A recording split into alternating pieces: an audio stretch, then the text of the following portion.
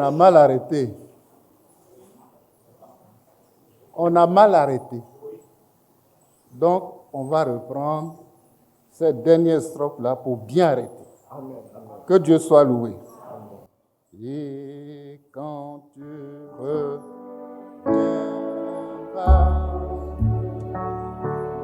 Et quand tu reviendras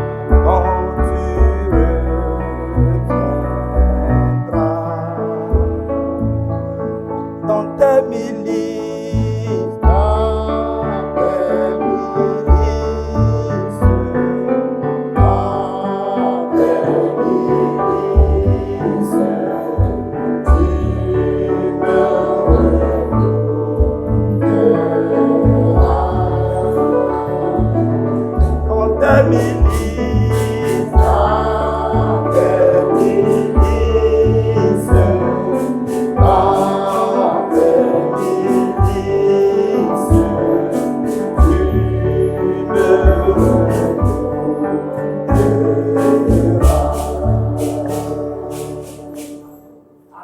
Alléluia.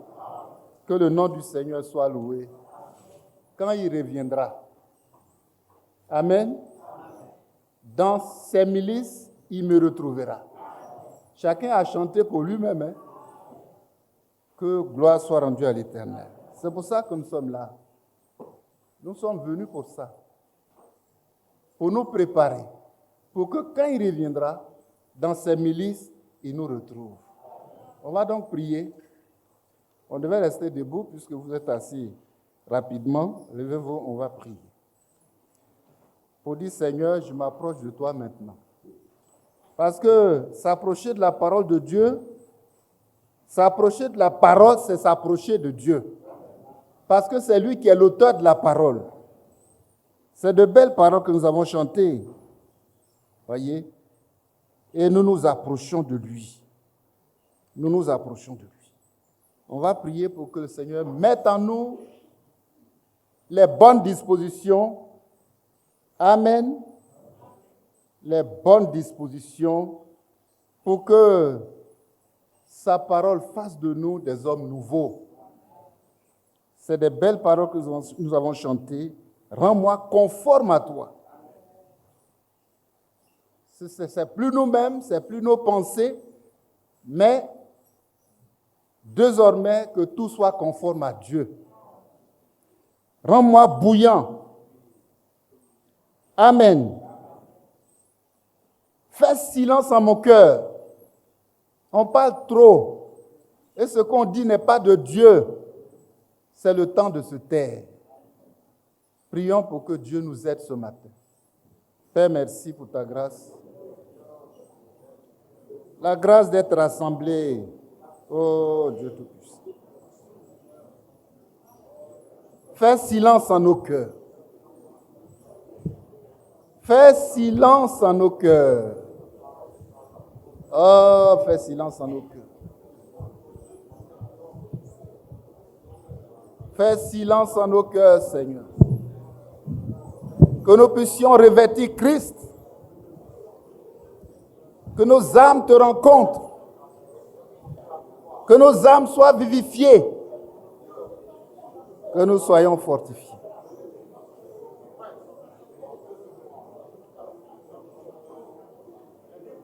Oh, fais grâce. Bénis-nous ce matin. Au nom de Jésus-Christ, notre Sauveur.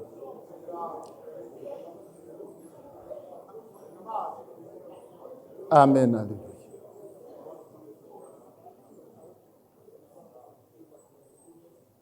Seigneur, pendant ces 3 jours, tu nous as fait une grâce particulière.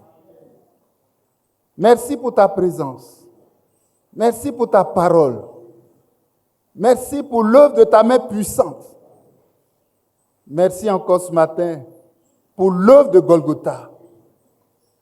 Et nous avons chanté, je sais que mon Rédempteur est vivant. C'est toi notre Rédempteur. Job a dit, je sais que mon Rédempteur est vivant. Qui s'élèvera le dernier sur la terre. Oh, tu t'élèveras le dernier. alors ce que tu as décidé va s'imposer à tous. Seigneur, fais-nous grâce. Il dit, quand ma chair sera détruite, mon corps détruit, je le verrai. Seigneur, que chacun de nous puisse te voir. Il dit, je le verrai et il me sera favorable. Père, c'est pour cela que nous sommes là. Oh, que nous puissions te voir ce jour-là. Que tu puisses nous être favorable. Job dit, mon cœur languit au-dedans de moi. Mon âme languit au-dedans de moi.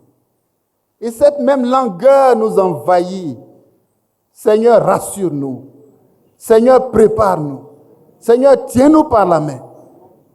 Pour que ces choses que nous avons espérées, un jour deviennent réalité pour chacun de nous. Que gloire te soit rendue. À l'instant présent, que les écluses des cieux s'ouvrent. Oh, que les bénédictions de Dieu se déversent. Que la lumière du Saint-Lieu rayonne encore dans notre esprit. Nous te faisons don de notre cœur pour que nous soyons dépouillés et que tu nous donnes Christ. Oh, pour que tu nous habites. Que notre habitation, que notre vie soit une habitation de Jésus-Christ. Conduis donc ce moment. Tu vois combien l'homme est limité. Nous sommes tous debout parce que nous sommes limités. Nous voulons voir Christ. Seigneur, manifeste-toi maintenant. Au nom précieux de notre Sauveur Jésus-Christ. Amen. Dieu nous bénisse. Veuillez vous asseoir. C'est vrai, ça a été des merveilleux jours. Le premier jour déjà était très palpitant. Le Seigneur nous a gratifiés, il nous a visités. Sa parole a été puissante. Que son nom soit loué. Et la journée d'hier a été aussi particulière parce que la salle était remplie de notre jeunesse, la jeunesse de l'Église. On a été surpris par beaucoup de choses. Mais que Dieu nous aide. Ce n'est pas seulement une réunion des jeunes, c'est une réunion de l'Église. Et j'ai apprécié que le serviteur de Dieu, il s'élève lui-même, il laisse la chair et il descend pour aller chercher les parents. Parce que ce qui s'est passé nécessitait la présence des parents. Et Dieu nous a aidés. Dieu nous a aidés. Les parents devaient être là. Parce que ce qui concerne les enfants concerne les parents. La parole dit, instruis l'enfant selon la voie qu'il doit suivre. Et quand il sera grand, il ne s'en détournera pas. Qui instruit? C'est les parents. Et quand ils ont failli, les enfants en souffrent, mais ils sont responsables. Il faut qu'ils soient là pour assumer. Que Dieu nous aide à assumer. Voyez, on peut dire que les enfants nous ont convoqués devant Dieu. Parce qu'ils ont dit à Dieu, il y avait combien de questions? Il y en avait plus de 50, voyez. Ils ont dit à Dieu, chacun a exprimé son cœur. Voilà ce qui ne va pas chez moi. Voilà ce qui ne va pas chez moi. Le serviteur de Dieu s'est tenu là. Et il a dit, c'est la responsabilité des parents. On a manqué notre devoir. Que Dieu nous pardonne. Qu'il nous donne la sagesse. On ne va pas à l'école pour apprendre comment être père. Mais qu'il nous donne un esprit de sagesse pour que nous sachions instruire nos enfants selon la voie de Dieu. Ils en ont besoin. Mais c'est terrible. De sorte qu'après ça, les serviteurs de Dieu se sont retrouvés là, voyez, pour réfléchir. Parce que le besoin est grand. Mais c'est Dieu seul qui peut nous aider. Ces enfants-là sont sincères. Ils veulent marcher avec Dieu. Mais ils sentent qu'il y a problème. D'où nous viendra le secours? Le secours nous vient de l'Éternel. Sa parole est là pour répondre à toutes nos préoccupations. Amen. Et déjà, depuis le premier jour, nous avons reçu beaucoup de choses. Et nous continuerons de recevoir beaucoup de choses. Quand ils ont posé la question, qu'est-ce qu'un chrétien? Ça semble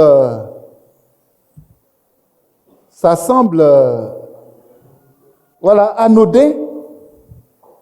Mais non, ce n'est pas une question facile. Toi qui es assis là, est-ce que tu es chrétien? Parce qu'il voit trop de choses. Et finalement, il est embrouillé. Et il se demande, mais chrétien là-même, là, c'est quoi? Que Dieu nous aide. Il y a une telle profondeur. Une telle profondeur. Ce matin, j'aimerais juste dire, comme titre, on l'avait commencé un peu à Abidjan, on va le poursuivre.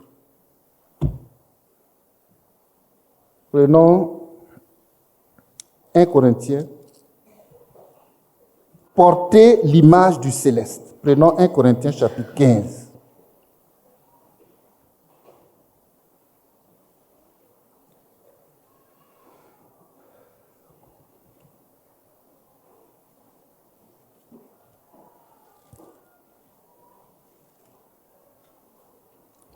J'aimerais dire que la solution à toutes les questions d'hier se résume dans ce titre-là.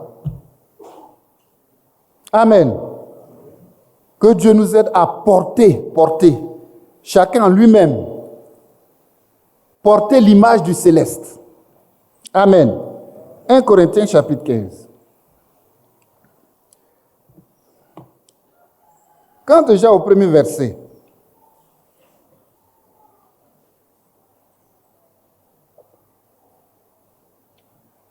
Paul dit, je vous rappelle, frères, l'évangile que je vous ai annoncé, que vous avez reçu. Ici, on ne doit plus se poser des questions, on ne doit plus avoir de doutes. Nous avons tous reçu l'évangile. Donc c'est à nous que Paul parle. C'est à nous que la parole de Dieu s'adresse. Que vous avez reçu, dans lequel vous avez persévéré. Verset 2. Et par lequel vous êtes sauvés. Amen. Par lequel vous êtes sauvés. Si vous le retenez tel que je vous l'ai annoncé, autrement, vous aurez cru en vain. Amen. Donc, quand un enfant pose la question, qu'est-ce qu'un chrétien? C'est une réalité. C'est d'actualité dans l'Église. Paul dit, c'est par la parole de Dieu que nous sommes sauvés. Si, il y a une condition. Il y a une condition. Cet évangile-là, si vous le retenez tel que je vous l'ai annoncé, et la parole de Dieu complète dans l'Apocalypse sans rien retrancher, sans rien ajouter. Voilà. Autrement, vous aurez cru en vain. Voilà le problème. Je vous ai enseigné avant tout, comme je l'avais aussi reçu. Donc il donne son exemple à lui. Tel qu'il enseigne, c'est comme ça il a reçu.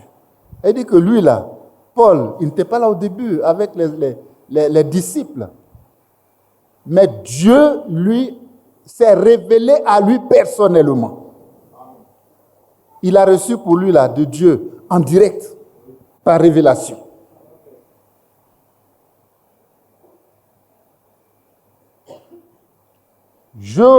Verset 3, je vous ai enseigné avant tout, comme je l'ai reçu aussi, comme je l'ai aussi reçu, que Christ est mort pour nos péchés selon les Écritures, qu'il a été enseveli et qu'il est ressuscité le 3e jour selon les Écritures. Que le nom du Seigneur soit béni. Continuons en tournant la page, toujours le même chapitre, mais nous allons à la page, au verset 45.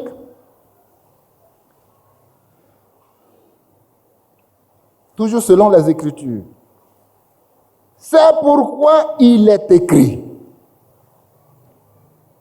Le premier homme, Adam, devint une âme vivante. Le dernier Adam est devenu un esprit vivifiant. Il faut déjà percevoir la différence. Verset 46. Mais ce qui est spirituel n'est pas le premier. C'est ce qui est animal. Ce qui est spirituel vient ensuite. Donc c'est ce qui est animal qui est le premier. Mais ici, animal, là, comprenons ici, animal veut dire charnel, ce qui est chair, ce qui est charnel, là, c'est ce qui est premier. Verset 47. Le premier homme tiré de la terre est terrestre. C'est le Adam de la Genèse. Le second homme est du ciel. Amen. Tel est le terrestre, tels sont aussi les terrestres. Et tel est le céleste, suivez bien, tel est aussi les célestes.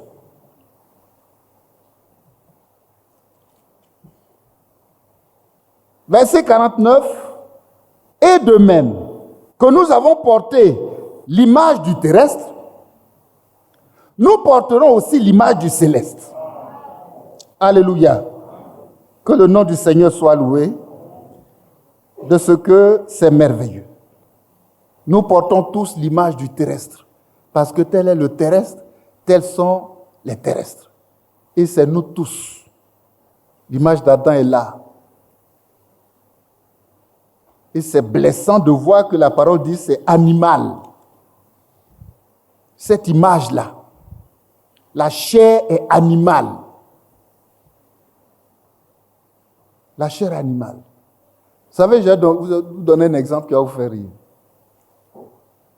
Entre le gorille, ouais, c'est le gorille, et l'homme, ils ont le même patrimoine génétique, les mêmes chromosomes. La différence, c'est sur deux chromosomes qui soyez le paquet de chromosomes entre un gorille et un homme, la différence, c'est 2 seulement qui changent. Sinon, ils ont les mêmes chromosomes. Non. En quoi nous sommes différents d'un animal? Vous pensez que Dieu va venir prendre ça pour aller au ciel? Répondez. Non, ce n'est pas possible. Tel est le terrestre, tels sont les terrestres. Mais tel est le céleste, tels sont aussi les célestes. Il n'est pas resté là-bas. Hein. Le céleste est descendu au milieu des terrestres que nous sommes. Et il est venu chercher et sauver ce qui est perdu. Et ce qui est perdu, c'est nous.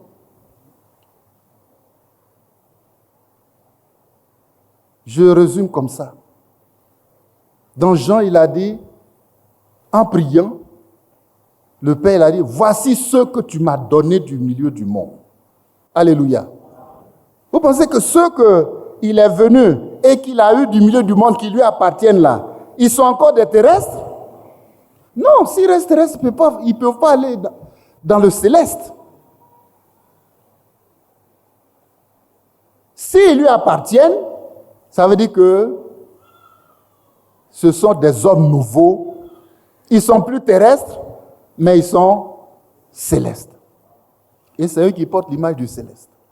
Il dit, voici ce que tu m'as donné du milieu du monde. Tu me les as donnés. Et ils ont cru. Ils lui appartiennent. Désormais, ils sont sa propriété. L'image qui est en eux, ce n'est plus l'image du premier Adam, mais c'est l'image du dernier Adam. C'est l'image du céleste. Frères et sœurs, c'est sérieux, hein?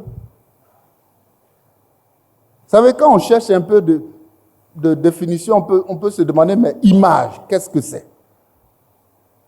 Quand le prophète de Dieu en parle, il dit dans l'image, il faut voir, première chose, l'identité. L'identité. Ouais, c'est pourquoi quand on dit, bon, présente-moi ta carte d'identité, c'est pas ce qu'on fait sur la route, il veut savoir qui tu es. Sinon, tu es là, ton physique est là, ça doit suffire. Il me dit, donne-moi ta carte d'identité. Il regarde, la première chose, c'est la photo, ton image. Non, il y a l'identité dedans. Ça ne s'arrête pas là. Ta filiation, ton origine, tout est là. Et c'est signé d'une autorité pour dire qu'il y a une signature qui valide. Parfois, mais il regarde la signature. Il dit non, ça c'est truqué. Et il y en a beaucoup qui sont truqués. Que Dieu nous aide. Donc il dit, dans l'image là, il y a l'identité. 2, il y a la nature. Qui tu es en réalité? Ça y est dans l'image. Il y a le caractère. Il y a l'esprit. Il y a les œuvres. Il y a les sentiments. Donc, porter l'image du céleste, c'est avoir tout ça. Que Dieu soit loué. C'est avoir tout ça. Que dit Philippiens 2? Allons regarder.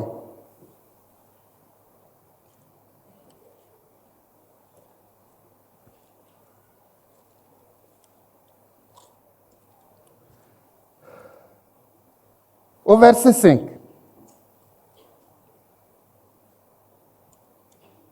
Porter l'image du céleste. On connaît l'identité du terrestre, on connaît sa nature, on connaît son caractère, on connaît ses œuvres, on connaît ses sentiments. Parce que nous tous, nous partageons les mêmes choses. Et c'est à cause de ça, mais on a tout résumé, on dit l'homme est mauvais. C'est pas ça? On ne peut rien faire de bon avec un homme. Mais Jésus-Christ est venu. Il a envoyé la solution. Alléluia. Pour que ce que Dieu lui a donné du milieu du monde là, il puisse, voyez, porter l'image du céleste. Et c'est ce que nous poursuivons. Venir ici en convention à Akouré, nous poursuivons l'image du céleste. Oui. Regardez Philippiens chapitre 2. Qu'est-ce qu'il y a écrit au verset 5? Lisons.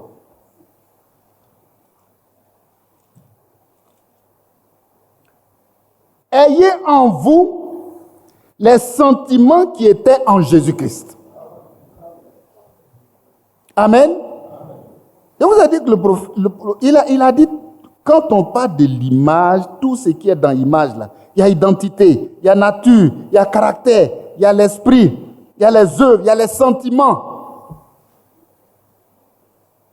Et la parole nous dit que l'image du céleste là, c'est les sentiments du céleste là, c'est les sentiments qui étaient en Jésus-Christ. Que Dieu soit loué. C'est les sentiments qui étaient en Jésus-Christ. Frères et sœurs, c'est le plan de Dieu. C'est le plan de Dieu. Parce que quand il vient là, il vient pour prendre ceux qui lui appartiennent. Et en chacun de ceux qui lui appartiennent, il a fait une œuvre parfaite. Une œuvre glorieuse. Il va les glorifier parce que ce qu'il voulait d'eux là, ils ont atteint l'objectif. C'est l'image du céleste. Si l'image du céleste n'est pas en nous, on a échoué. Mais Dieu ne peut pas échouer. Si nous sommes dans ses mains, nous irons jusqu'au bout. Que son nom soit loué. Regardez Philippiens chapitre 5, chapitre 2, verset 5, c'est qui est dit.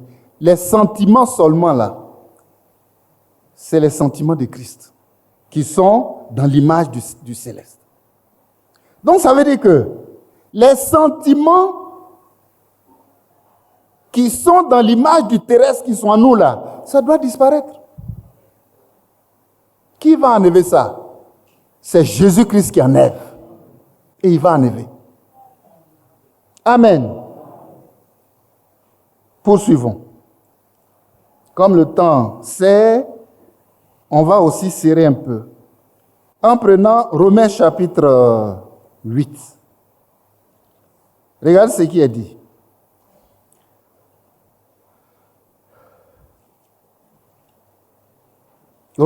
Voilà. Romains chapitre 8. Je raccourcis ce qu'on lit pour qu'on avance plus vite. Et le verset 28. Nous savons, suivez bien, nous savons du reste, que toute chose concourt au bien de ceux qui aiment Dieu, de ceux qui sont appelés selon son dessein. Amen. Ils sont d'abord appelés. Et on va approfondir ça.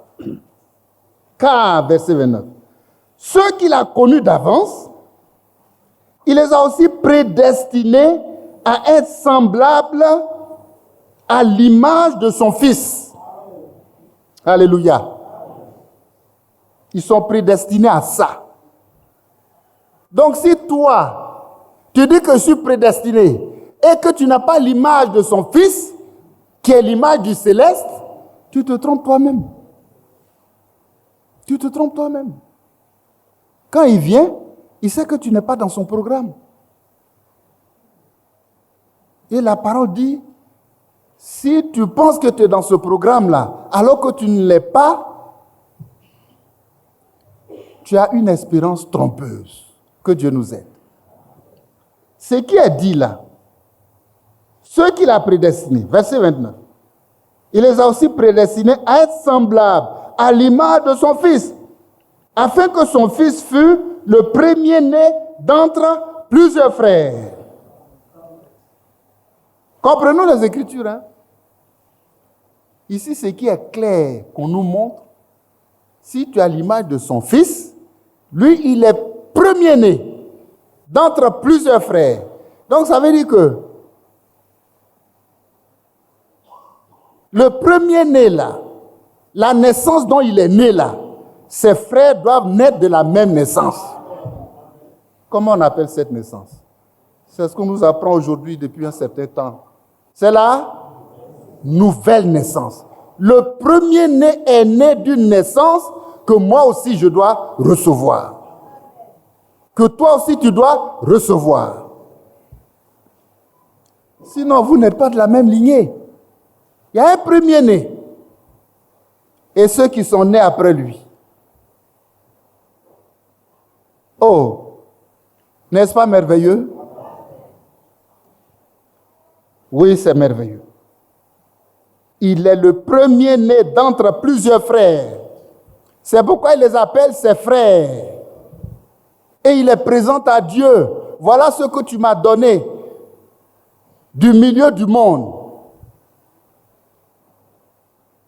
Ils sont à toi, tu me les as donnés, et ils ont cru ta parole.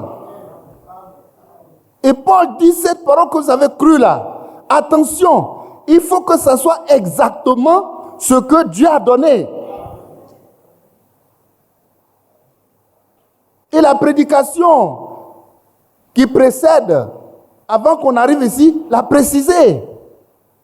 Jésus lui-même a précisé ça à la femme samaritaine. Aujourd'hui, amen, les jours sont venus. Les jours sont venus où tous ceux qui adorent Dieu doivent l'adorer comment? En esprit et en vérité. Ce sont les adorateurs que le Père demande. Si tu ne l'adores pas en esprit et en vérité, Certainement, tu l'adores comme, voyez, Caïn aussi l'a adoré. Mais est-ce que Dieu l'a approuvé? Dieu ne fait pas exception de personne. Si Caïn n'a pas adoré comme il se doit, ça veut dire en esprit, en vérité, comme Abel l'a fait. Si aujourd'hui, qui est ton jour, tu ne l'adores pas en esprit, en vérité, de même qu'il a rejeté Caïn, tu seras rejeté. Que Dieu nous aide. Donc, il y a une affaire de naissance dedans. Que Dieu nous aide à saisir ça. Le premier-né est né comment? Si j'ai la révélation de sa naissance, alors moi aussi, je vais expérimenter ma propre naissance. La parole dit naissance d'eau et d'esprit. Amen. Amen. C'est clair. Et donc, ils ne reçoivent pas la naissance comme le premier-né par hasard. C'est parce qu'ils sont prédestinés à ça. Avant la fondation même du monde, le Seigneur les a programmés à ça. Continuons. Car, verset 29, ceux qu'il a connus d'avance, voyez, on dit qu'il les connaît d'avance, même avant qu'ils ne naissent, il les connaissait parce qu'il est Dieu.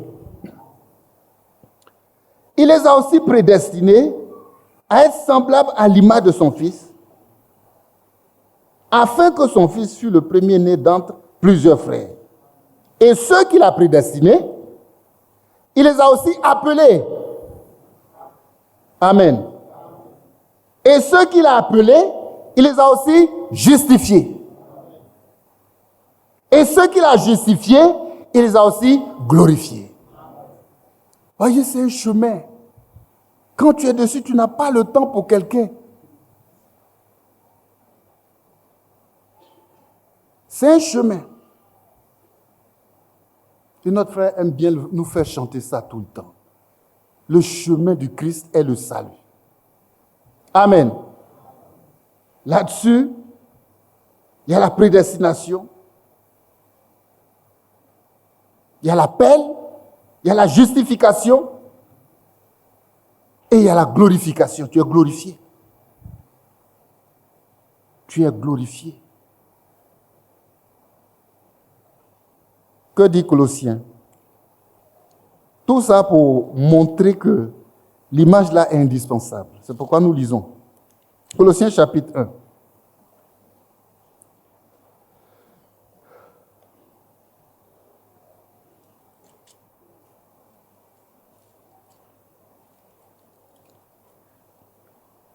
Chapitre 1 de Colossiens.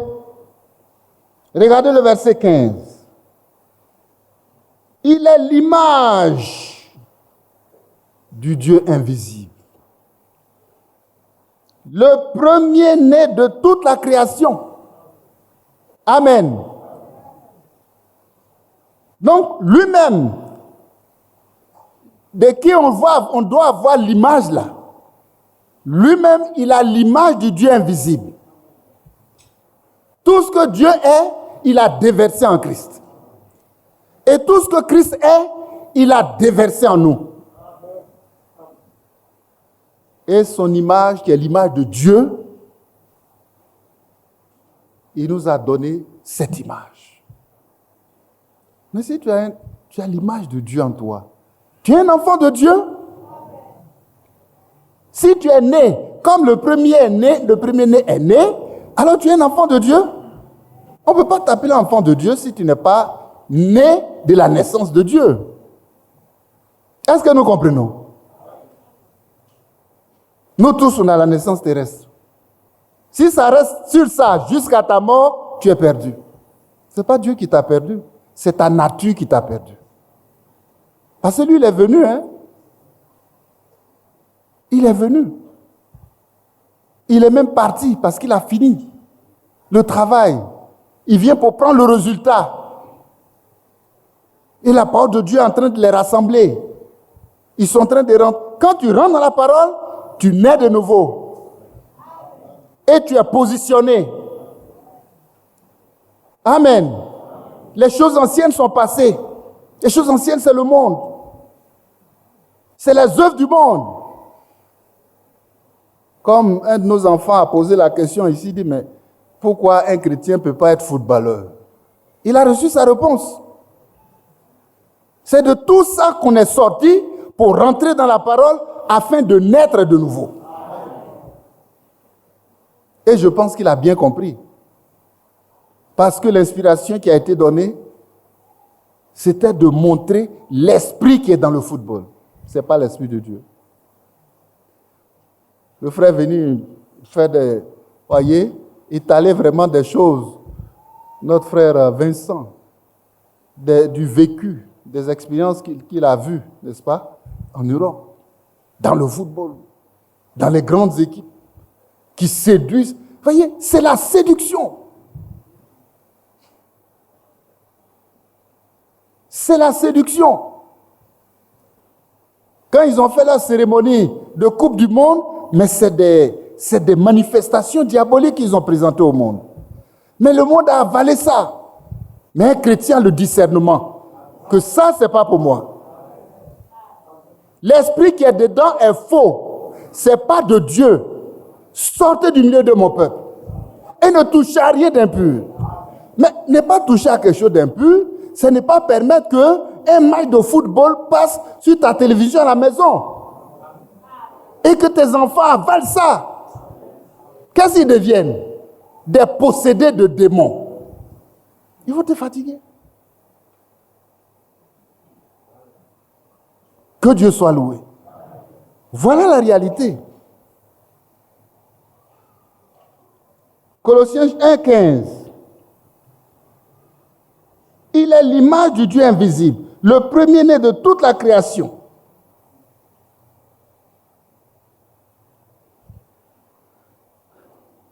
Allons lire le 28. Pour raccourcir. Paul dit maintenant, c'est lui que nous annonçons, exhortant tout homme et instruisant tout homme en toute sagesse, afin de présenter à Dieu tout homme devenu parfait en Christ. Il n'y a pas de manière de devenir parfait en Christ. La seule façon de devenir parfait en Christ, c'est de porter l'image du céleste. Par la nouvelle naissance et par les autres étapes, l'Esprit de Christ qui vient prendre place en toi, voyez, le scellement du Saint-Esprit par lequel tu es scellé pour le jour de la rédemption, et il dit, mais l'œuvre est terminée, il faut le glorifier maintenant. Et il te met à la première place. Il dit, ça c'est mon épouse. N'est-ce pas glorieux? C'est glorieux. Ah! C'est présenter à Dieu tout homme. Au départ, il était homme animal, portant l'image du terrestre. Et devient un homme céleste, portant l'image du céleste. Et Dieu se le présente devenu. C'est-à-dire que, voyez, il n'était pas comme ça avant. N'est-ce pas? Voilà, il est rentré dans un processus divin. Et il est devenu parfait en qui? En Christ. Que Dieu nous aide. Frères et sœurs, ayons foi en Dieu. Pour que son œuvre s'accomplisse en moi, il faut que j'aie foi en Dieu. Il faut que j'aie foi dans sa parole. La parole de Dieu, c'est comme une usine qui fabrique, voyez, qui fabrique des chrétiens, qui fabrique des enfants de Dieu. Et il les fabrique par naissance. Il faut naître. Que Dieu soit loué. Colossiens chapitre 3, c'est juste à côté.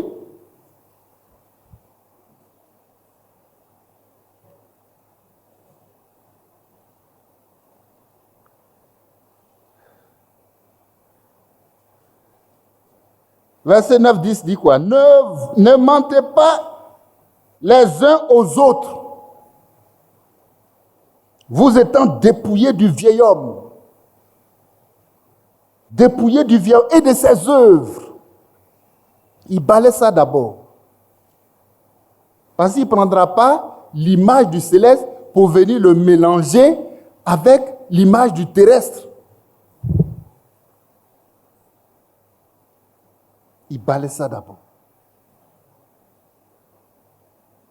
J'ôterai ton cœur. Il va ôter. Le cœur de pierre sera ôté. Il va même ôter ton esprit, ton tempérament, ton caractère, ta nature, l'image. Il va ôter cela. Ça est dans l'esprit. Et il va donner un esprit nouveau. D'abord un cœur nouveau et un esprit nouveau. Que Dieu nous aide. Donc, il ne faut pas qu'on se mente les uns les autres. Hein. Ton affaire, je suis chrétien là. On doit réviser ça. L'enfant a raison de poser la question. On pense que c'est simple. Mais vous verrez que le prophète va nous dire ici ce matin que si tu n'as pas atteint ce niveau-là, tu n'es pas chrétien. Alors tu dis quoi? Ça veut dire qu'on se ment les uns hein, comme c'est écrit, les uns aux autres. Tu n'es même pas dépouillé. Le vieil homme n'a pas disparu, il n'est pas crucifié. Ses œufs sont encore là. Et tu as mélangé des trucs dedans et tu dis, je suis chrétien. Tu as mélangé, c'est pas imitation hein, qu'on peut... Sinon, ça ne peut pas être original. Et ayant, verset 10, revêtu, suivez, ayant revêtu l'homme nouveau qui se renouvelle dans la connaissance selon l'image de celui qui l'a créé. Amen. Il descend en toi et il s'installe. Revêtit l'homme nouveau. Ça commence par le dépouillement. Brisement, dépouillement et ensuite revêtement.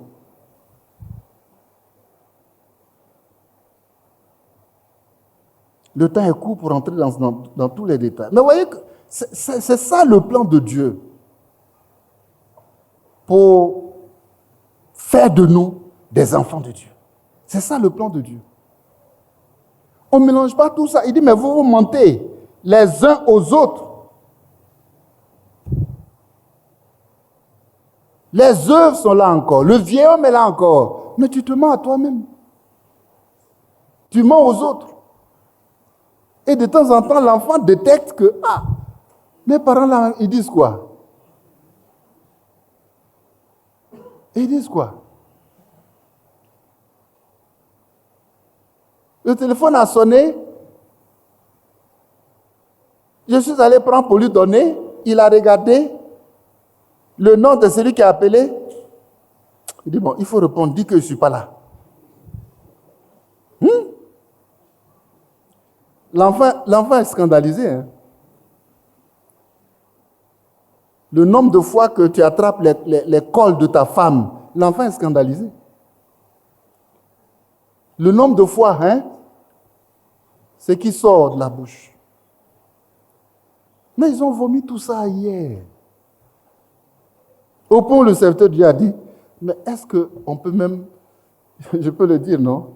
Est-ce qu'on peut même prendre la Sainte Seine avec ça? Ça a été évalué là. Nous qui sommes censés donner l'exemple, les enfants disent que nous ne sommes pas des exemples. On fait quoi avec ça? C'est l'Église entière qui doit tomber aux pieds du Seigneur. Que Dieu nous vienne au secours. Que Dieu nous vienne en aide. Voilà. Alors un enfant posé, il dit, mais qu'est-ce qu'un chrétien? Qu'est-ce qu'un chrétien? Je vais chercher, je vais voir si le frère peut rapidement trouver ça pour nous le présenter. Je vais le donner. Le titre même est merveilleux, il dit « Des images de Christ ». Voilà, c'est une prédication intitulée « Des images de Christ ». Frère, 25, 5, 59. prédication du 25-5-59, William Marion Branham, des images de Christ. C'est pas ce qu'on est en train de prêcher? Des images de Christ, des images de Christ. C'est l'image du céleste. C'est ce que nous sommes venus poursuivre. Si tu n'as pas ça, tu n'es pas chrétien. C'est ce que le prophète va nous dire ce matin. Vous voyez que le message nous met à un autre degré. Le message nous arrache à la religion pour nous mettre à un degré supérieur. Mais nous avons tout fait pour tirer le message dans la religion et puis on est assis confortablement. Que Dieu nous aide. Des images de Christ.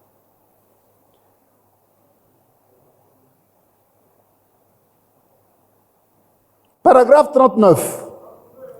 Ah, tu as trouvé. 39. Allons à 39. Le frère est très dynamique.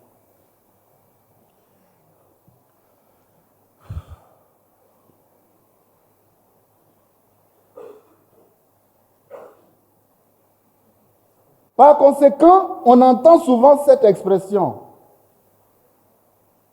Oh, mais c'est quoi un chrétien?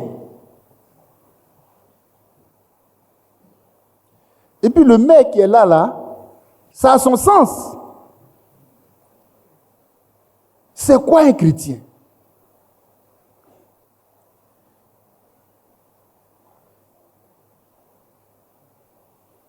Voilà la question qu'un de nos enfants nous a posée hier.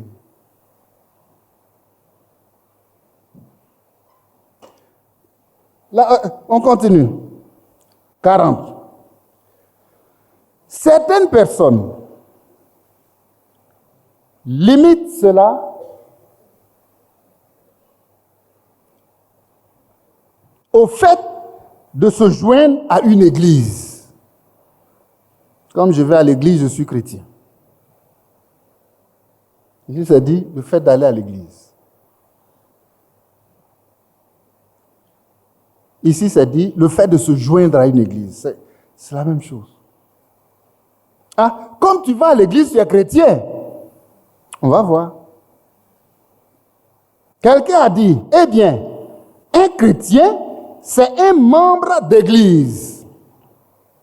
Ceci est écrit là-bas, parce que je lis ce qui est devant moi ici pour ne pas que le micro, à cause du micro. S'il y avait le balado, j'allais lire ce qui est, pour qu'on ait le même texte. Quelqu'un qui s'est affilié à l'église.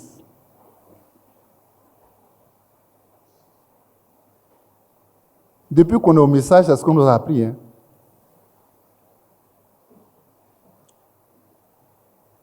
Je crois que tous les chrétiens devraient faire cela.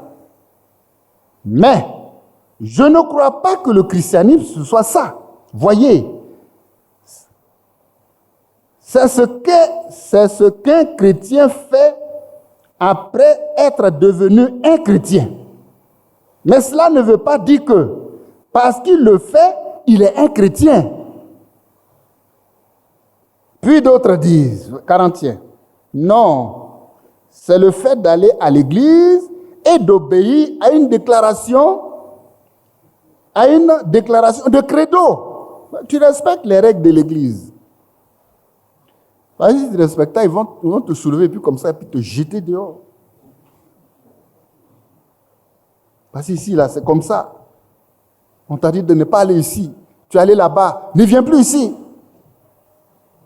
Les chefs sont là.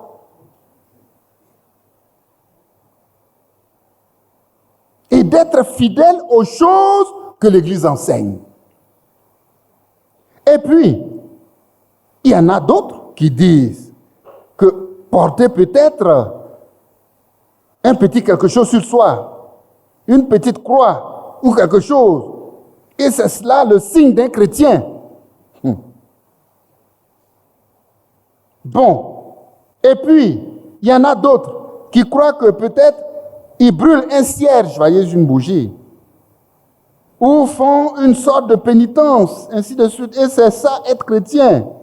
S'ils sont tout simplement immergés dans l'eau. Comme tu allais faire ton baptême, tu es un chrétien. ou qu'ils font un sacrifice, ou donnent quelque chose, quelque bien à l'église. Ou donnent quelque bien à l'église. Le frère nous a, voyez, le premier jour déjà, rendait témoignage d'une sœur qui a même construit une église assemblée de Dieu. Et un frère aussi a fait la même chose. Ah, mais ça c'est grand. Ça c'est un chrétien.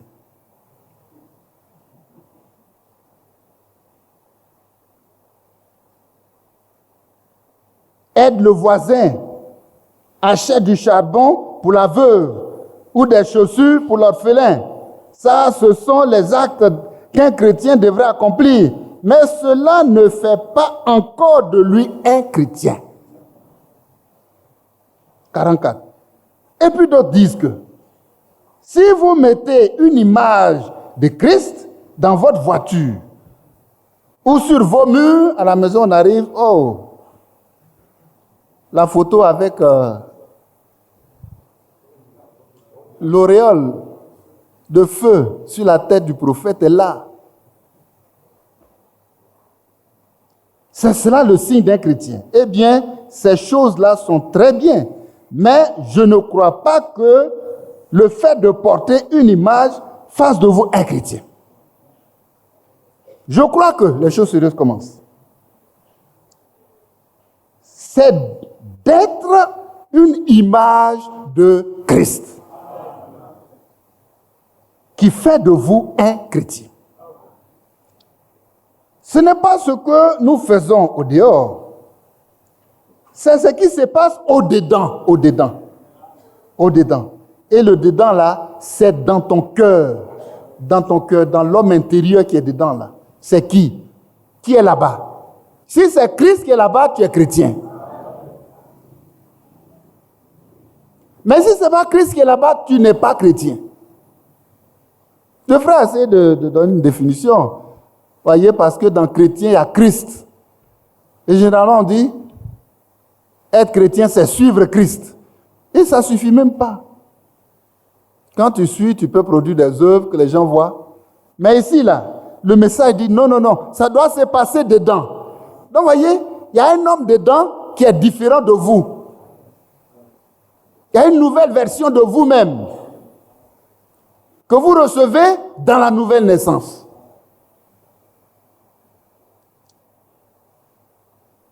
Ce n'est pas ce qui est dehors. C'est pas, non, ce n'est pas les œuvres accumulées. Donc, ainsi donc, s'il est notre image et que nous sommes à sa ressemblance et membres de son corps, alléluia, nous devrions être des images comme lui.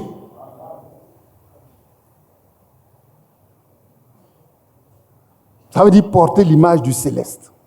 Des images comme lui. Alors nos vies devraient refléter l'image de Christ. Pas en nous joignant à l'église, ou en devenant, ou en portant notre crucifix, ni par nos émotions, mais cela devrait être par la présence vivante du Dieu vivant qui se reflète à travers notre vie. Oh, que Dieu nous aide. Où nous en sommes. Moi-même qui vous en parle, où j'en suis. Où tu en es. On s'appelait chrétien depuis longtemps. Les enfants même ont détecté que mes parents là, c'est pas clair. Mais la parole nous donne la précision. Aller à l'église ne fait pas de toi un chrétien. Te joindre à une assemblée ne fait pas de toi un chrétien. Frère, allons sincèrement chercher Jésus. Afin que chacun de nous, suivez, puisse porter l'image du céleste. L'image du céleste, c'est le Saint-Esprit. Ce n'est pas autre chose. C'est le Saint-Esprit. L'image du céleste, c'est l'image de Christ. C'est-à-dire Christ en nous. Il est en nous. Et il est en nous comment? Par le Saint-Esprit. Il n'y a pas deux façons. Le Saint-Esprit présent en nous. J'aime la dernière phrase qui dit la présence vivante du Dieu vivant en nous. Lui-même, il vit en toi. Depuis que tu es né de nouveau, toute la place lui appartient. Toute ta vie. Tout. Pas une partie.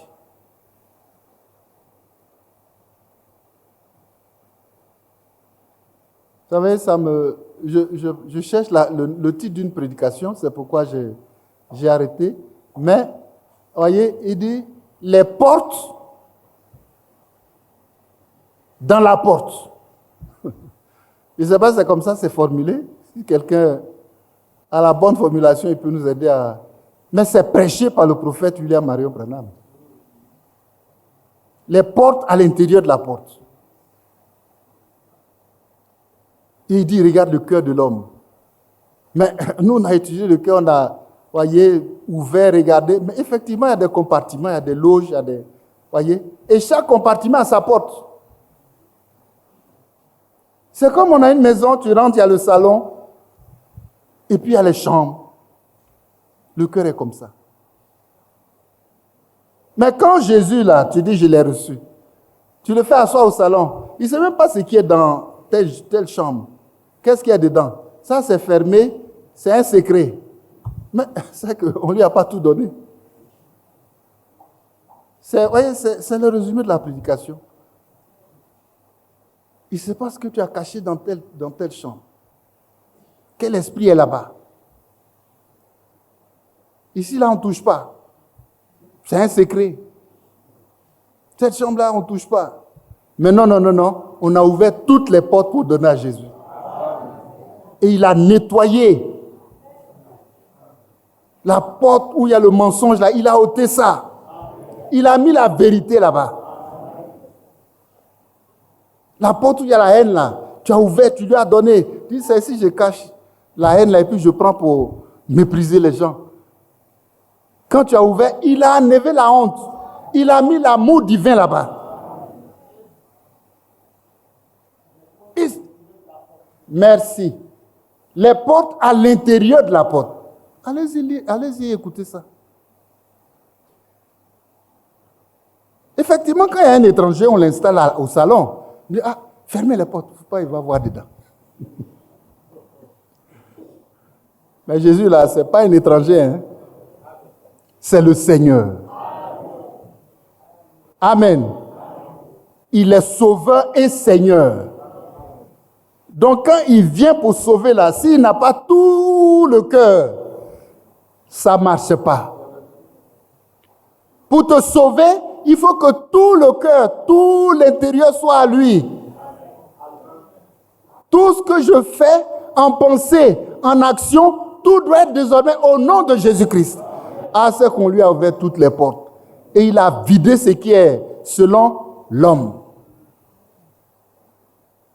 Tout est à nu et a découvert celui à qui nous devons rendre compte. Il a vidé et il a installé Christ. Il a installé son caractère. Il a installé sa nature. Alléluia. Il a installé ses sentiments. Désormais, quand quelqu'un te méprise même, qui t'insulte, tu fouilles là où tu avais caché l'esprit pour répliquer là. Tu vas, il n'est plus là. C'est l'amour qui est là-bas. Tu es obligé de l'aimer. Oh, que Dieu nous aide. Aimez vos ennemis. Priez pour ceux qui vous maltraitent et qui vous persécutent. Afin que vous soyez appelés fils du Dieu très haut. C'est un fils qui peut faire ça. Parce qu'il a la nature de son père. Le caractère de son père. Aucune porte à l'intérieur de vous ne doit être fermée à Christ. Parce que quand il vient et qu'il s'installe, non seulement il est sauveur, après vous avoir sauvé, Il est ensuite Seigneur. Un Seigneur, il fait quoi? Il règne. Il doit monter sur le trône de ton cœur. Pour que je puisse dire, pour moi, vivre, c'est Christ. Si je vis, ce n'est plus moi qui vis, c'est Christ qui vit en moi. Si je vis encore dans ce corps mortel, toutes les portes sont ouvertes. Il a tout nettoyé. Et il s'est installé. Et il est sur le trône. C'est lui qui règne. Il faut que Christ règne. Oh.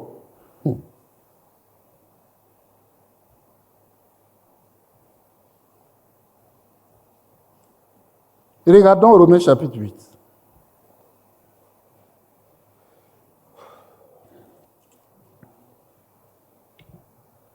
Romains chapitre 8.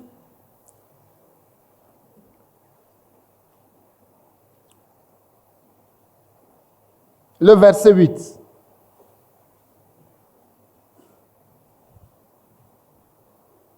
Or, ceux qui vivent selon la chair ne sauraient plaire à Dieu. Pour vous, vous ne vivez pas selon la chair, mais selon l'esprit. Mais regardez la suite. Si du moins l'esprit de Dieu habite en vous. S'il n'habite pas en toi, comment tu peux dire je vis selon l'esprit? Si du moins l'esprit de Dieu habite en vous.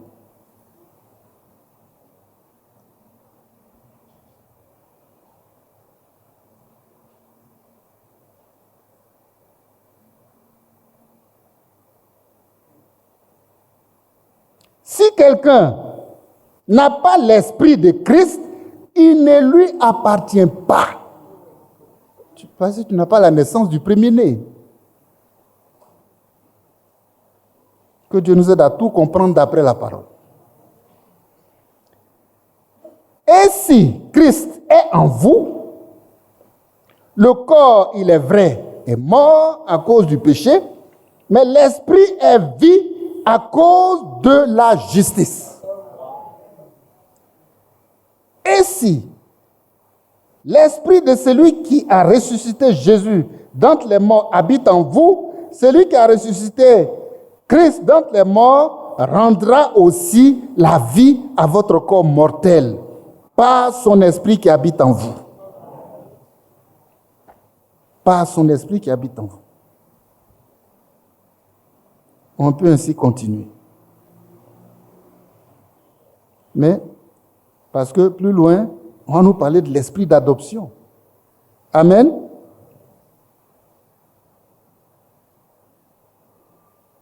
Verset 15. Et vous n'avez pas reçu un esprit de servitude pour être encore dans la crainte. Mais vous avez reçu un esprit d'adoption par lequel vous criez Abba, Père. Désormais, tu es fils. Par son esprit qui habite en toi, là, tu es fils. Par sa naissance qui est en toi, tu es fils. Il t'appelle fils et tu l'appelles Père. Or, si nous sommes enfants, amen, un enfant est quoi? Il est héritier. Voilà. Si nous sommes enfants, nous sommes aussi héritiers. Héritiers de Dieu et co-héritiers de Christ. C'est une question de vie. Sa vie en moi fait de moi un héritier. On ne va pas chercher loin. Pourquoi nous sommes héritiers et co-héritiers avec Christ?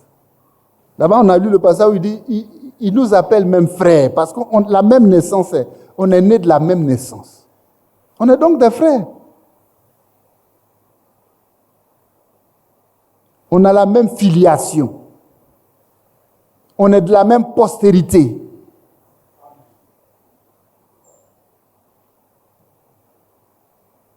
Co-héritier de Christ. Si toutefois, nous souffrons avec lui afin d'être glorifiés avec lui. C'est des choses qui nous dépassent.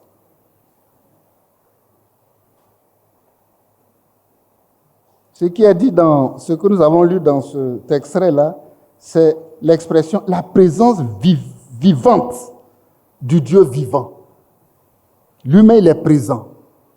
On lui a ouvert toutes les portes. Il a tout nettoyé. Il a mis son dispositif. Pour le combat, il a installé toutes les armes de Dieu. Alléluia. Attends, c'est quel combat, c'est à quelle guerre tu vas aller et puis tu ne seras pas vainqueur. Dites-moi, quelle guerre le Seigneur a perdu? Quelle guerre l'Éternel des armées a perdu? Il a gagné toutes les guerres. Et s'il est en toi, toi aussi tu seras plus que vainqueur. Tu vas gagner toutes tes guerres. Ce n'est pas la force. Il dit ce n'est pas la force. Ce n'est ni par la force, ni par la puissance, c'est par son esprit. C'est par son esprit. On causait comme ça hier, il y a un des frères, c'est le frère qui est en jaune, qui certainement, il dit, il y a avec un bâton, c'est ça, hein? Mais il a vaincu toute une armée. Frères et sœurs, il a ciblé ta vie. Il a ciblé ma vie. Il dit, il faut qu'il soit en moi. S'il n'est pas en moi, je ne lui appartiens pas. Mais c'est tout, hein? Donc, quand tu es là, qu'est-ce que tu cherches? Il faut qu'il soit en moi. Amen. Il faut qu'il soit en moi.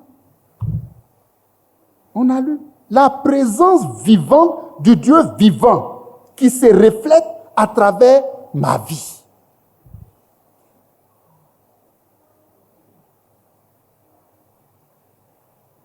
Toutes les parties sont là. Quand on lit le verset 16, l'Esprit lui-même, puisqu'il est là, il prend le contrôle. Et on lui a donné tout le contrôle. Cette sœur-là, sa colère. Son mari souffrait. Mais depuis qu'elle est chrétienne, le monsieur a la paix. Ce frère-là. Oh. L'Esprit lui-même rend témoignage à notre esprit que nous sommes enfants de Dieu. C'est lui qui règne, c'est lui qui contrôle, c'est lui qui parle. C'est son témoignage qu'on voit. Et dans l'Apocalypse, il dit, vous avez le témoignage de Christ.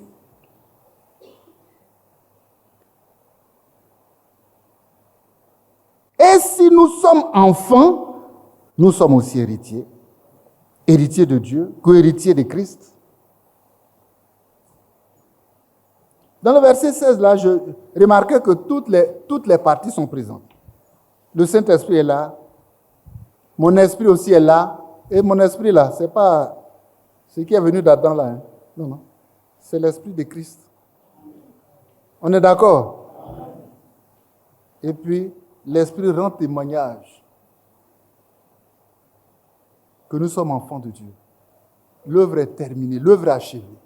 À la croix, le Seigneur a dit, tout est accompli. Pour que toi et moi, nous soyons enfants de Dieu.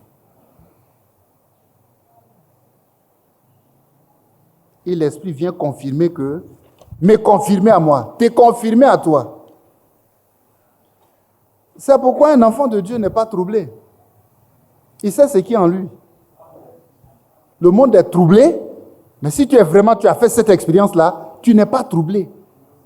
Parce que le Saint-Esprit te confirme, rend témoignage à ton esprit. Tu es un enfant de Dieu, reste tranquille. Quand Jésus vient là, tu seras enlevé. Ça fait que toi-même, tu dis, Seigneur, viens. Et c'est tout le monde qui peut dire, Seigneur, viens. Quand tu regardes ton état là, s'il vient, tu connais ta situation, mais lui, il connaît sa situation. Parce que l'Esprit lui a rendu témoignage qu'il est enfant de Dieu. C'est scellé. Alléluia. C'est confirmé. Et comme il est avec l'Esprit, il a le témoignage de Christ, l'Esprit et lui sont d'accord pour dire, Seigneur, viens. C'est pas toi ceux qui disent, Seigneur, viens. Hein? C'est en lien, en accord. Allons lire ça. Apocalypse à la fin.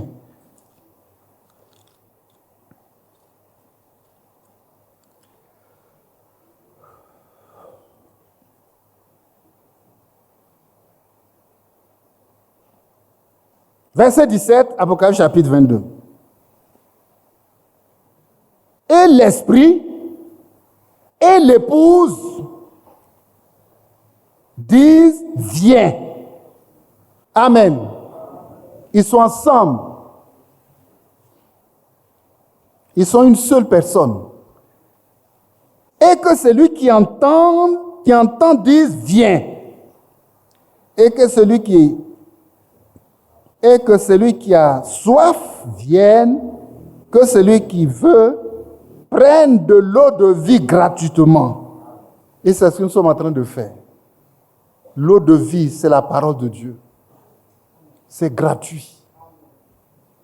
C'est gratuit. Le Seigneur a mis là des ministères pour que cette eau-là puisse couler et qu'on puisse consommer cette eau-là pour être unis à l'Esprit de Dieu.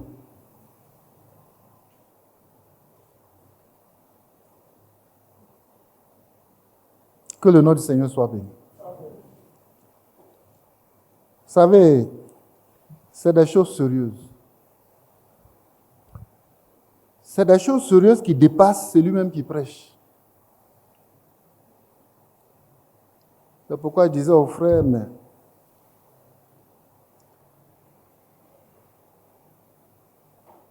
la convention là, tu es l'orateur principal, il faut continuer.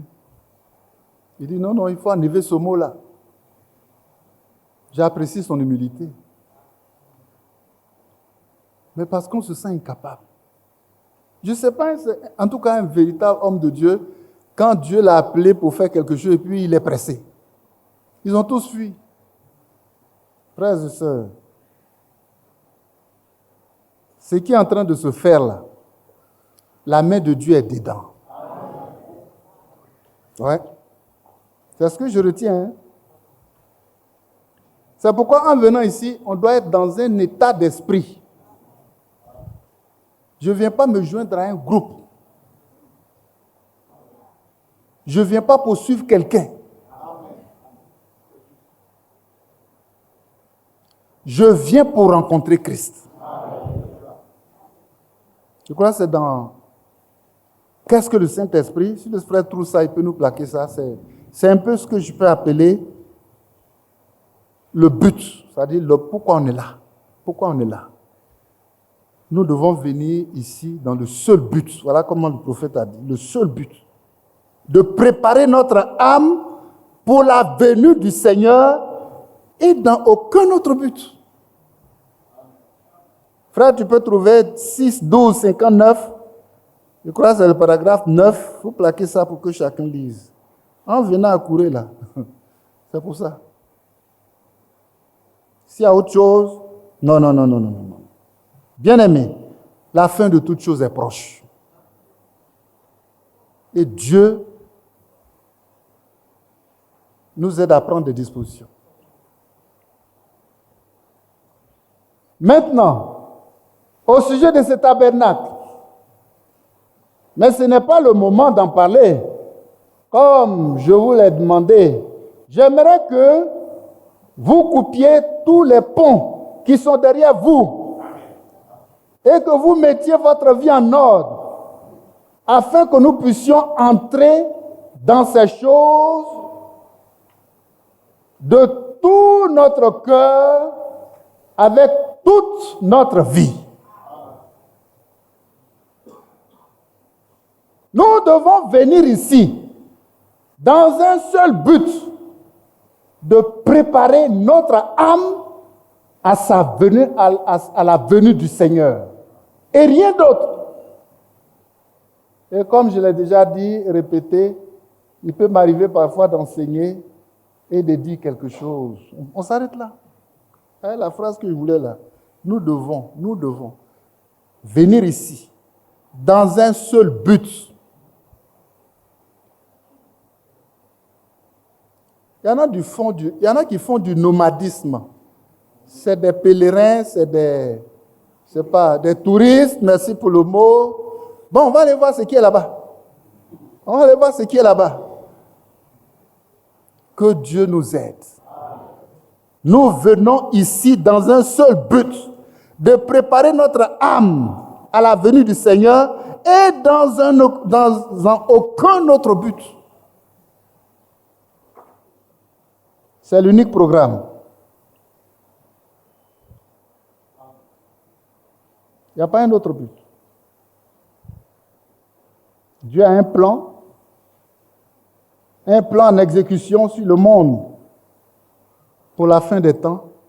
Et nous avons choisi la bonne part. On veut se préparer pour la seconde venue de Christ. Il n'y a pas un autre but. Programme unique.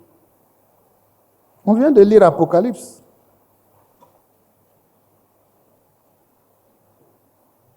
En feuilletant, pour aller à la dernière page où on a lu tout à l'heure, je suis tombé sur quelque chose qui a frappé mon esprit.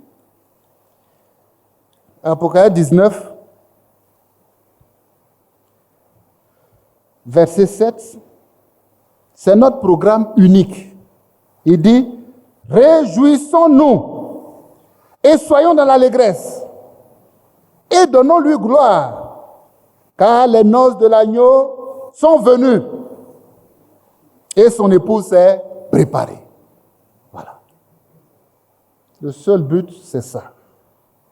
Et il lui a été donné de se revêtir d'un fin lin éclatant, pur, car le fin lin, ce sont les œuvres justes des saints. Voilà la robe de la mariée. Voilà la robe de la mariée. Quelle jeune fille va à un mariage sans s'habiller? Et puis entre 1000 personnes, on reconnaît que la voilà. Amen. Il lui a été donné de se revêtir de revêtement d'un fin lin éclatant pur, car ce fin lin, ce sont les œuvres justes des saints. Qui peut produire ça en nous? C'est le Saint-Esprit, l'image du céleste. Que Dieu nous aide. Quand vous entendez accourir, il n'y a pas autre chose, il n'y a pas un autre but. Que Christ soit formé en nous. Et pour ça, on sort de tout ce qui est... Voyez. Le monde s'en va. Le monde s'en va. Et le monde va à une certaine vitesse. Mais Dieu aussi a son plan. Qui est en train d'aller à la vitesse que lui-même il a imposée.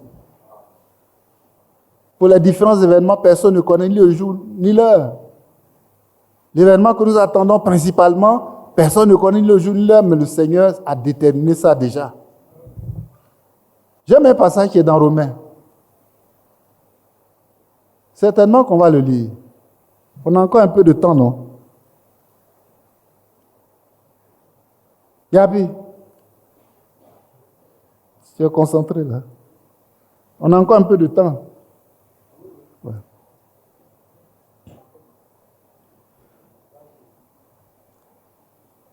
D'accord, prenons Romains 9.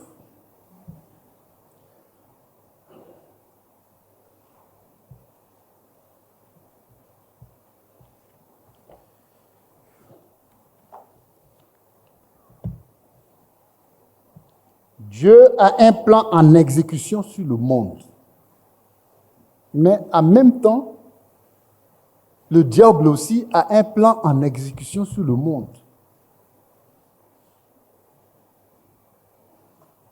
Quand on lit Romains, on voit ça. Chapitre 9.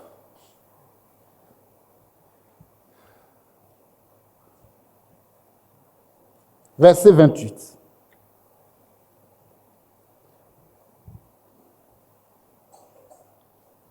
Car le Seigneur exécutera pleinement et promptement sur la terre ce qu'il a résolu.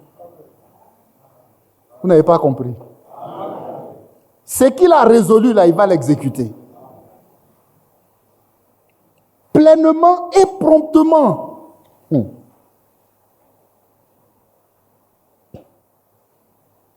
C'est dur à dire, mais c'est la réalité. C'est tellement la réalité. Pour qu'on soit là, Dieu a utilisé un homme. Il n'est rien, mais c'est un instrument entre les mains de Dieu. Frères et sœurs, il faut savoir où tu vas. Ça ne dépend pas de toi, ça ne dépend pas de quelqu'un, mais ça dépend de Dieu lui-même. Et tu cibles. Mon chemin est tracé, je vais jusqu'au bout. Amen. Ce que le frère, Dieu l'a utilisé à faire, dépasse l'homme, dépasse lui-même. C'est pourquoi tout ce qu'on peut faire, c'est de prier pour lui, pour que Dieu le bénisse. Dieu le bénisse de toutes les bénédictions divines. Alléluia. Il y a trop de choses qui se passent. Mais on n'est pas ici pour parler de quelqu'un, pour parler des autres, de qui que ce soit. Nous voulons porter l'image du céleste. Donc celui de qui on doit parler, c'est Christ. Mais il faut savoir ce que Dieu fait. Il faut savoir ce que Dieu fait. Je demandais comme ça au frère Mathieu hier. J'ai dit, mais frère Mathieu, rappelle-moi ce songe-là. Frère Mathieu qui est là. C'est notre frère qui est venu de Daokourou. Et puis il m'a rappelé. Vous savez, son épouse, quand elle fait le songe, c'est bien cadré avec la parole de Dieu. C'est tellement bien cadré. Et il y a une succession de 3 songes.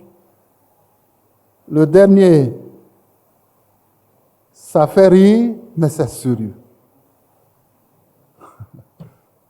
Frère Mathieu, quand la tête est là, le genou ne porte pas le chapeau. Donc, viens prendre le micro. Donne le micro à frère Mathieu. Ça y est à côté de moi. Ah, viens à côté de moi.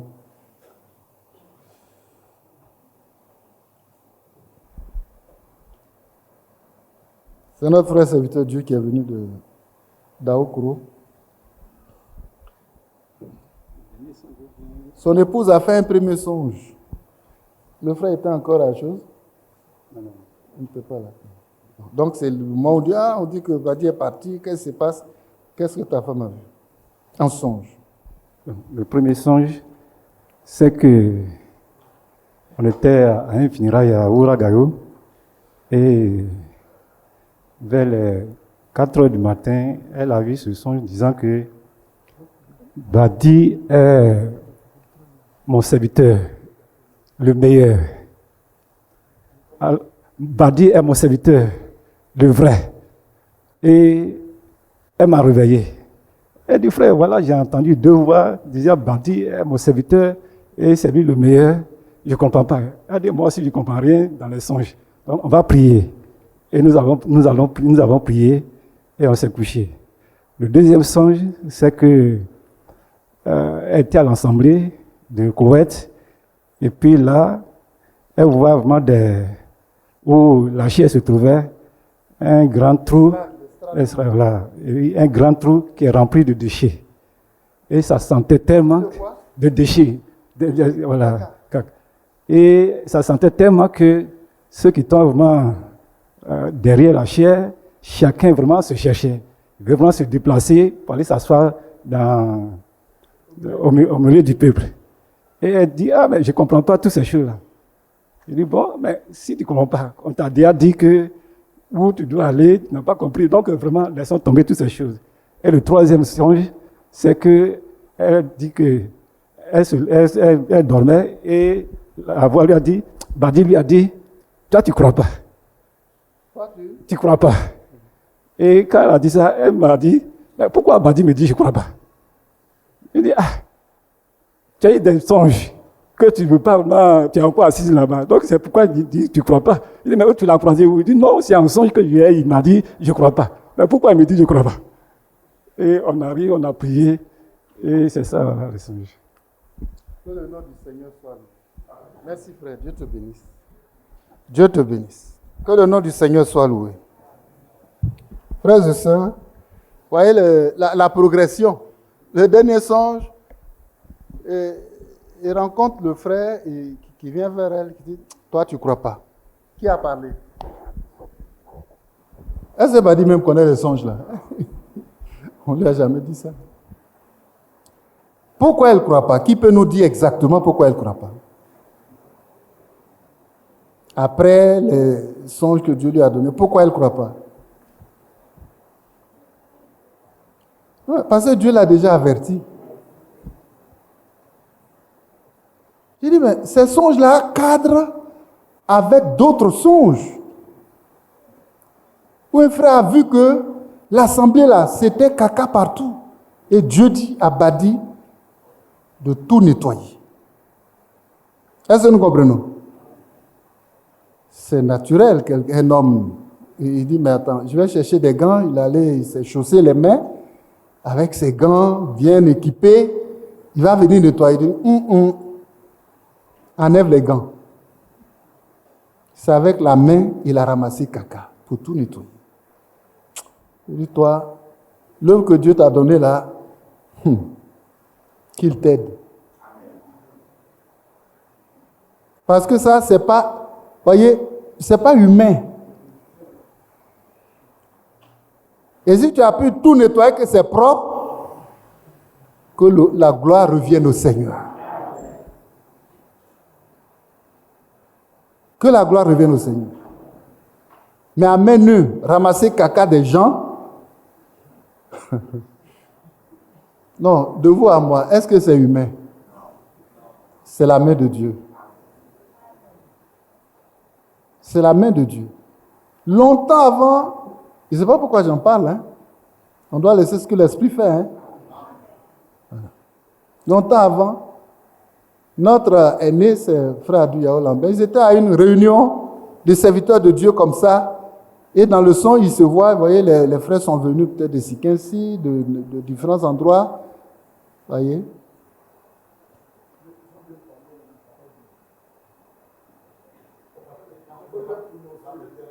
Ah d'accord, les frères sont venus à une réunion d'anciens à l'Assemblée d'Abidjan. Ils étaient tous à j'ai dit Sikinsi, le frère Zaï sur le banc, et là, le frère Adou Yao Lambert, tout le monde, deux autres. Et Adou Yao voit dans le songe, parce que c'était une cacophonie. On ne pouvait pas s'entendre. Tout est mélangé. Et puis la salle même, telle que je suis arrêté ici là, depuis l'estrade jusqu'au bout là-bas, voilà caca ici, voilà caca ici, voilà caca ici, voilà caca ici, voilà caca ici. Mais tout le monde est à l'aise au milieu de ça. Hein? C'est pas songe de caca encore à un serviteur de Dieu. Mais, puisqu'ils sont en train de débattre, qu'ils ne voyaient pas l'issue, Badi s'est levé d'un bon bout. Il a pris sa Bible, il a tapé comme ça, il a mis à... C'est comme ça qu'il a fait, non? Et puis il a sauté. Caca là, il saute ici. Il saute ici. Et puis il sort de l'église. Quand il s'est réveillé, il a dit, Badi, ce que j'ai vu là, c'est pas bon, hein? Tu es sorti de l'église? Mais dans quelles conditions? L'église est dans quel état? C'est Dieu qui fait grâce.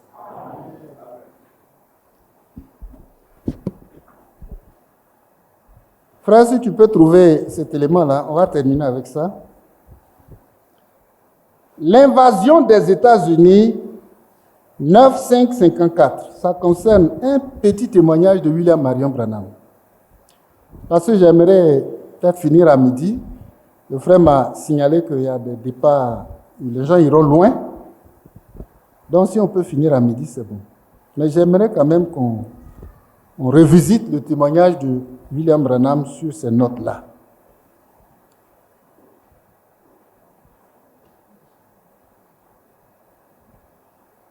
Tu trouves, tu me fais signe. L'invasion des États-Unis, 9-5-54.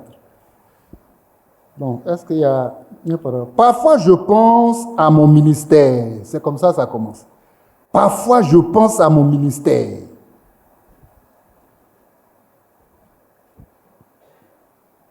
Et ça concerne le prophète de Dieu. Parfois, je pense à mon ministère. Suivez pendant que je lis. Parfois, je pense à mon ministère. Je vois des gens qui viennent. Je vais dans ma chambre d'hôtel et je dis, parce qu'il a voyagé beaucoup pour prêcher la parole de Dieu. Et tout le monde veut le voir. Il va dans sa chambre et dit, oh Dieu,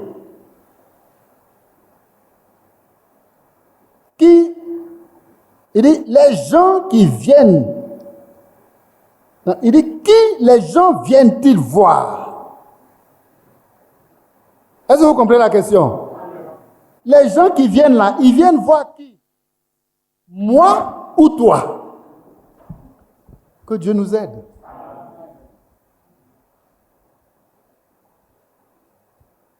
Lui, il se tient au milieu du message. À ceux qui viennent au message là. Les gens qui viennent au message là, qui ils viennent voir? Moi ou bien toi? Vous voyez? Merci. Alors vous pouvez suivre. Mais on ne va pas recommencer. On va gagner du temps. Voyez?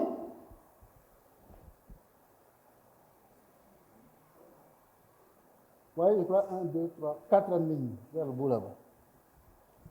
S'ils viennent pour me voir, moi, ils sont encore perdus. Mais oh Dieu, démolis-moi.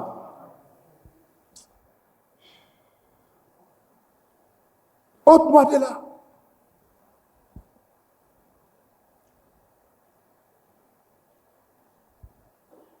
Ça me serre la gorge.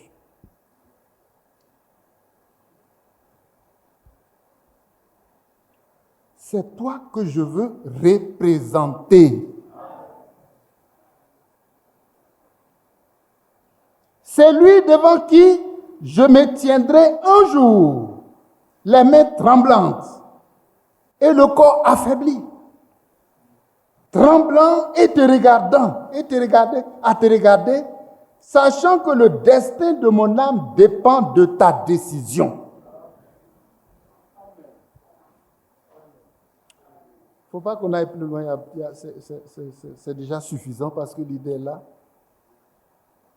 Un tel homme, voilà son témoignage. Quelle humilité, quel effacement, quelle consécration. Il dit, démolis-moi, ôte-moi de là. Parce que si c'est moi qui viens voir, ils sont perdus. On connaît le témoignage. Beaucoup sont venus au message pour voir Branham. Ils en ont fait leur Christ. Mais laissons ça. Occupons-nous de nous-mêmes. Qui je viens voir? Qui je viens écouter? Qui je viens chercher? Comme cette femme à la perte de sang. Qui je viens toucher? Mais elle savait qui toucher. Paul et Pierre étaient là, Paul n'était pas là. Les autres disciples étaient là. Mais quand elle a su qui toucher, elle a reçu sa réponse. C'est l'essentiel.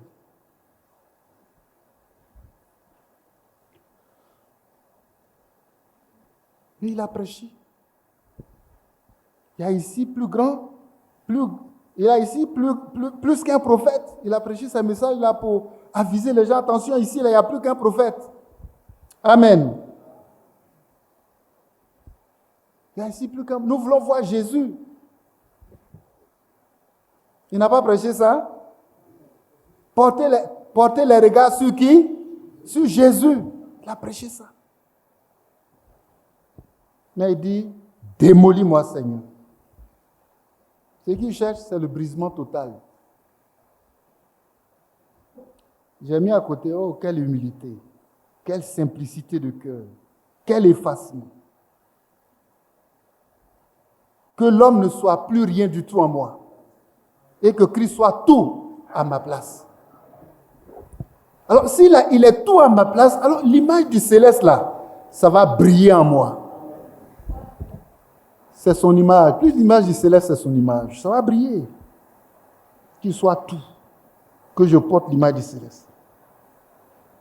Christ en nous. Vous voyez, l'image du céleste, c'est Christ en nous, l'espérance de la vie.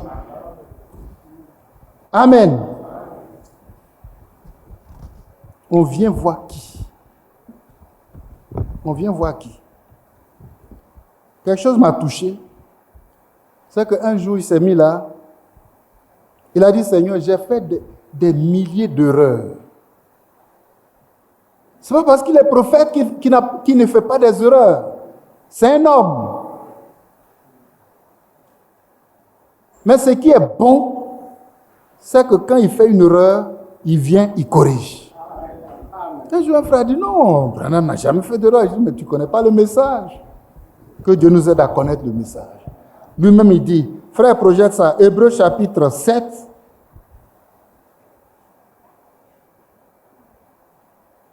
page 336, c'est 22, 9, 57, Hébreux chapitre 7. J'ai fait des milliers d'erreurs chaque mois, chaque année, certainement. Mais, quand je vois que je suis fautif, j'ai dit, oh Dieu, je n'ai pas fait exprès. Tu connais mon cœur. Je ne l'ai pas fait exprès. J'ai été pris dans un piège. Je n'ai pas fait exprès. Pardonne-moi, Seigneur. Pardonne-moi, Seigneur. Mais quand on va dans le message, ce n'est pas ces choses-là qu'on voit. On voit autre chose. Lui-même, il a dit, nous sommes trop charnels. Et le charnel, c'est lui qui est l'image du terrestre.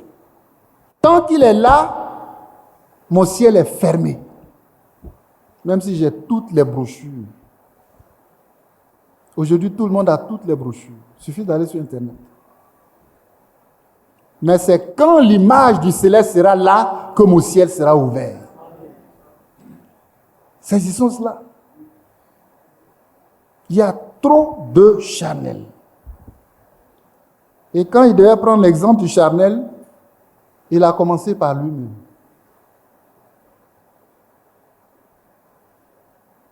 J'ai lu ça dans Je sais. Le frère a le message dans son livre là. Je sais. 17, 4, 60.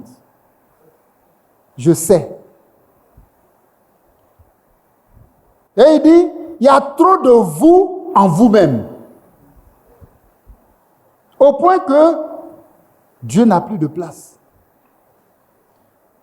Dieu a dû l'écraser par des épreuves.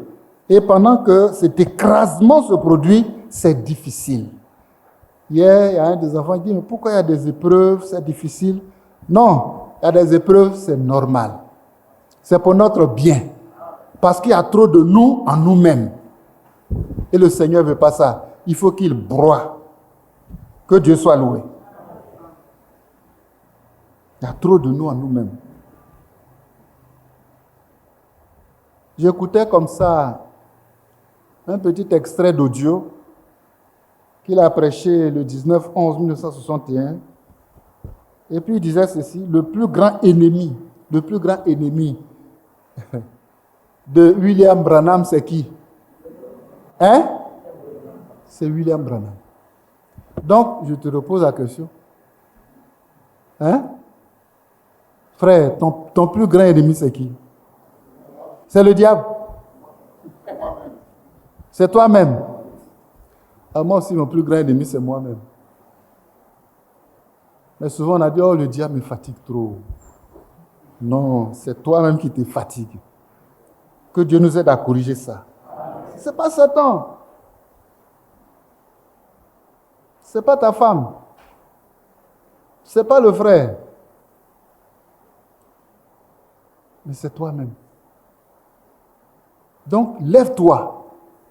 La guerre, là, c'est contre toi-même. Alléluia. Laissons le diable tranquille. Il dit, laissons le diable tranquille. Matin et soir, c'est le diable. Matin et soir, c'est le diable.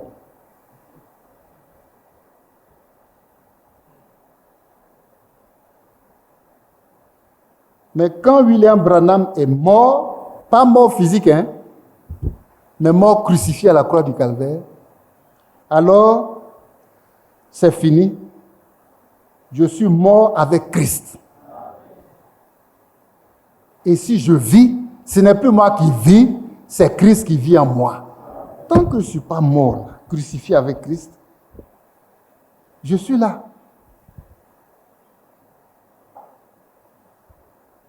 Il dit, on peut passer toute une journée à ne parler que du diable. Ce n'est pas normal, c'est de l'incrédulité. Il faut plutôt parler de Jésus. Ce que Jésus a fait pour nous donner la victoire, là, c'est de ça qu'on doit parler. Même dans nos prières, le diable occupe la plus grande partie que Jésus lui-même. Le diable a fait ceci. Le diable a fait ça. Vous savez quel exemple il a pris? Non, ça m'a réjoui. Ça m'a réjoui simplement. On va lire ça parce que c'est là-dessus qu'on va finir. Marc. Quel exemple il a pris dans Marc? Marc chapitre 4.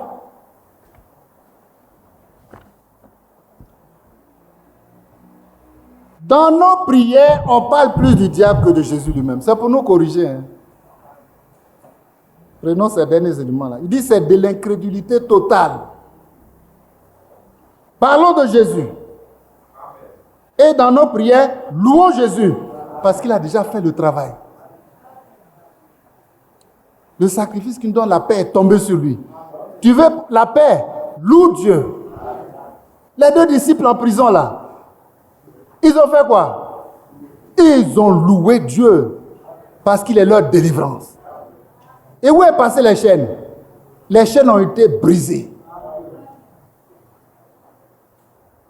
Je n'ai pas le temps pour aller dans les détails, mais on retient ça. Louez Jésus, adorons Jésus, élevons Jésus, appelons Jésus, prions Jésus, invoquons Jésus. Jésus seul suffit. La croix suffit. Le sang de Jésus-Christ suffit. Le diable, le diable, le diable. On n'est pas là pour le diable.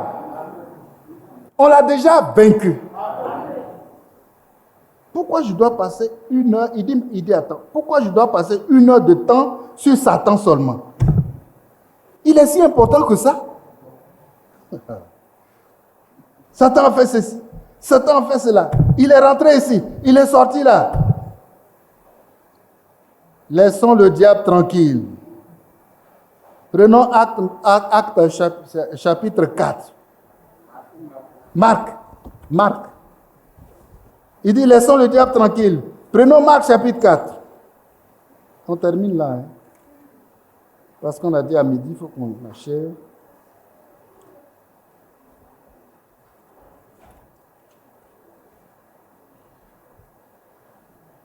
Voilà.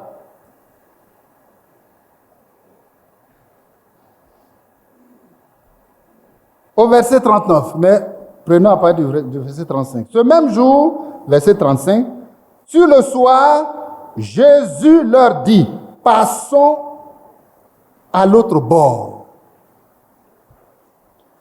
Même notre marche, notre vie chrétienne, c'est de passer à l'autre bord. Mais regardez, on ne passe pas seul, hein? Il est avec nous dans la barque. Même étant avec nous dans la barque, quand ça chauffe, on l'oublie. On regarde le diable. Il a dit que dans le désert, il buvait à un rocher qui les suivait, et ce rocher est Christ. Il les suivait. Mais quand ça chauffe, il crie. Restons ici pour ne pas prendre du temps. Après avoir renvoyé la foule, ils les menèrent dans la barque et il y avait aussi d'autres barques avec lui. Il s'éleva un grand tourbillon Est-ce que j'ai tout lu même? Et les flots se jetaient dans la barque au point qu'elle se remplissait déjà. Et lui, il dormait à la poupe. C'est-à-dire le bout du bateau là-bas, il est couché là-bas tranquille, sur le coussin. Il le réveillait et lui dit, Maître, ne t'inquiètes-tu pas de ce que nous périssons? S'étant réveillé, il menaça le vent. Il dit à la mer, silence, tais-toi. Et le vent cessa. Il y a eu un grand calme. C'est ce que le frère a lu pour nous dire, arrêtons avec le diable. Ce n'est pas lui notre programme. Que Dieu soit loué.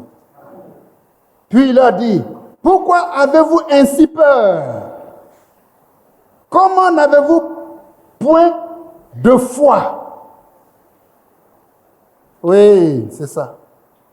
Juste 2 questions. Pourquoi est-ce qu'on a peur? Pourquoi on n'a pas la foi?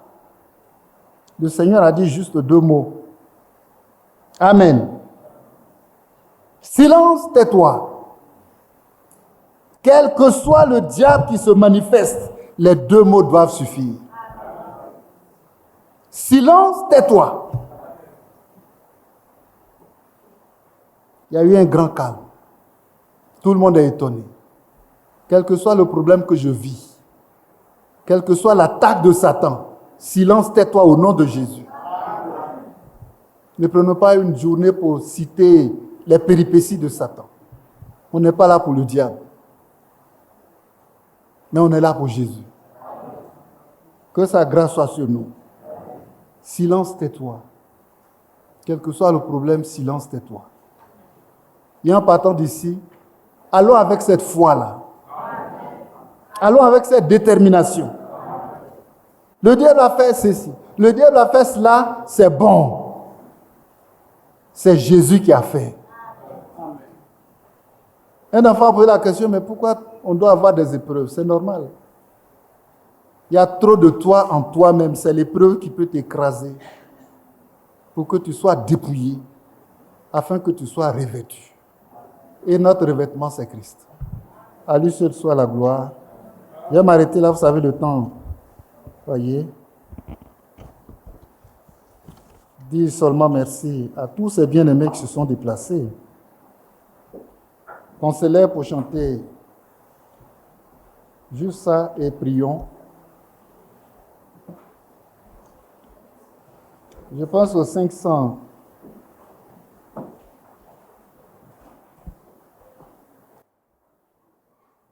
La voix du Seigneur m'a...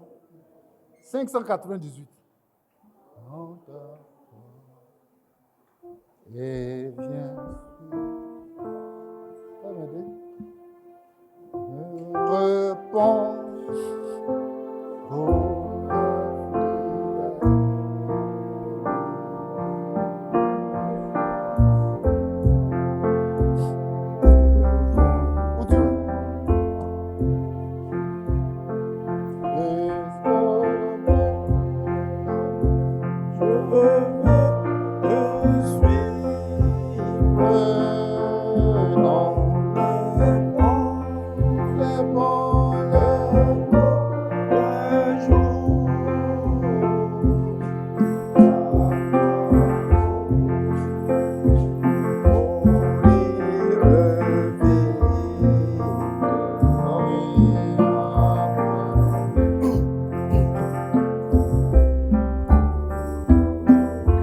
Alléluia. La voix du Seigneur m'appelle dans ta voix. Et bien suis-moi.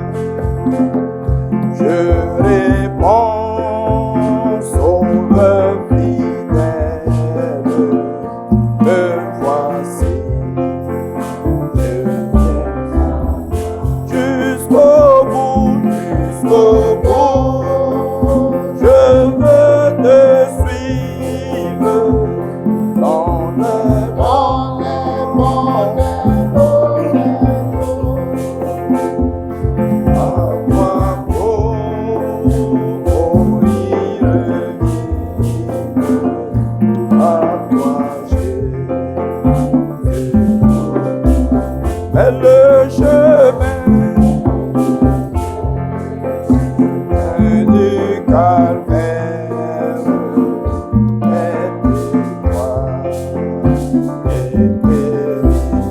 cette